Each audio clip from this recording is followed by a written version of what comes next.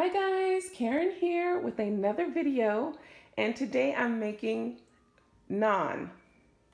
And so let's just get into it because it's going to take us, it doesn't take that long to make it. I think that what takes the longest is allowing the dough to rest, but it's a really simple recipe. As you can see, I'm going to be using my Lodge cast iron skillet. It's a medium size, but you're gonna need a skillet that can tolerate high heat, like really high heat. So first, you're gonna need at least a teaspoon of sugar. You're gonna need half a cup, well, 1 cup of lukewarm water.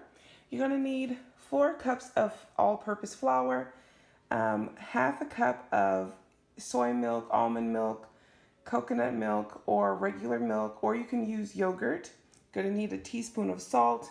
You're gonna need at least 6 cloves of garlic and some oil or vegan butter if you like, or butter, because you're gonna make, this is gonna be for our topping. You're gonna need, I already said oil, so you're gonna need a tablespoon of oil. That flour back there is for me to dust the board with. And you're going to need 2.5 teaspoons of yeast. So, active dry yeast. So let's get into it.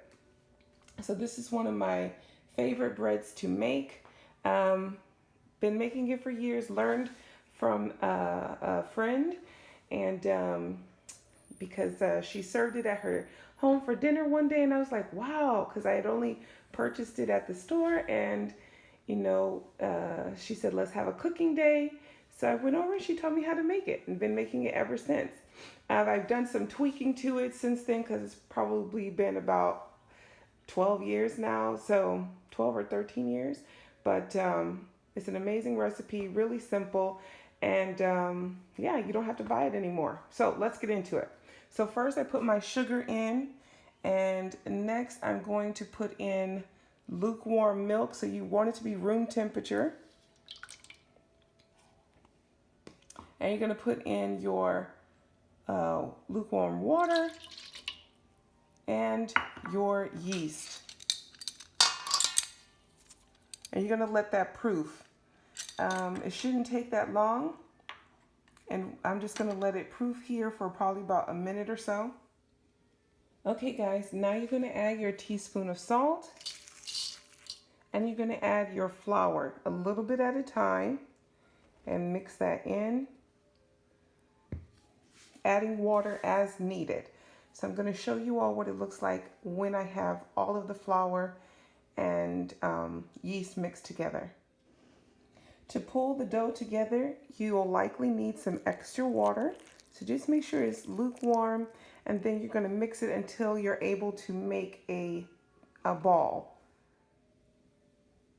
Once your dough has come all together, now you're going to need that extra flour that I have right here, and I'm going to use a little bit and knead it in the bowl. So go ahead and knead it until it's all holding together. Okay, now that the dough is fully kneaded, I'm going to apply that 1 tablespoon, of oil. And now I'm just going to mix it all through.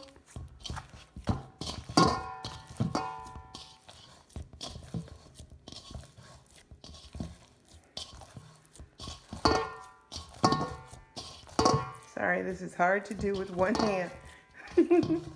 Okay, once you have all that oil mixed in and it's kind of coated, you're going to sit this to the side for at least 30 minutes to an hour.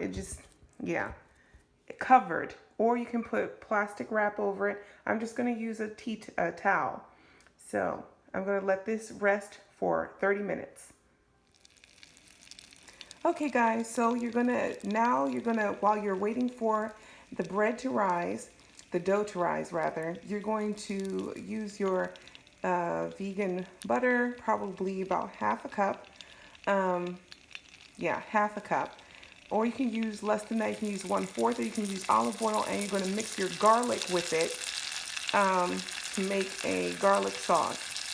It should only take a minute or two. And then once you're done, like a minute or so, just so you have that nice aroma and flavor, you're gonna take it out and put it in a bowl, ready to top your naan. Okay, so I have floured my surface and I have my dough ready to go here. And I also have my cast iron skillet as hot as hot. You want actually not necessarily smoke coming from it, but it's gonna be that hot. You can drop some water in it, just a little flicker of water to see how hot it is. Now what I'm gonna do, this is my fast way of doing it. You don't have to do this. You actually get your dough out and you're going to section it off into 8 sections. And then you're going to roll it out with your rolling pin. I have my rolling pin right here. And then roll it out into whatever shape you like. And then you're going to put it in the skillet and let it bubble up basically. So I'll show you guys that process. It's really quick. That's why I'm going to go through it. Yeah, that's what I'm doing. Sorry. This is really fast. Okay, so here's my first one all rolled out. Now I'm going to put it into the skillet and I'll show you guys that too. Okay, so you'll want to put it in a dry skillet. You can see it's dry on the bottom. I'm just going to flip it over.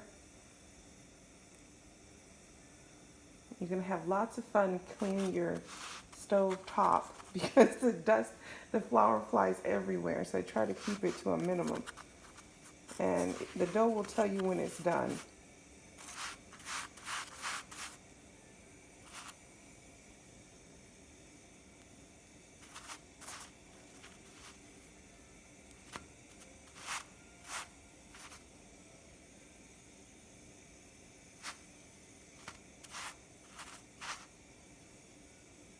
Oh, and please do not do like me. Use tongs. I'm just used to doing it. So this is the first one completely done. So I'll show you guys what you do to this when it's done. So once you pull it out of the heat, you're going to add some of your garlic butter to it.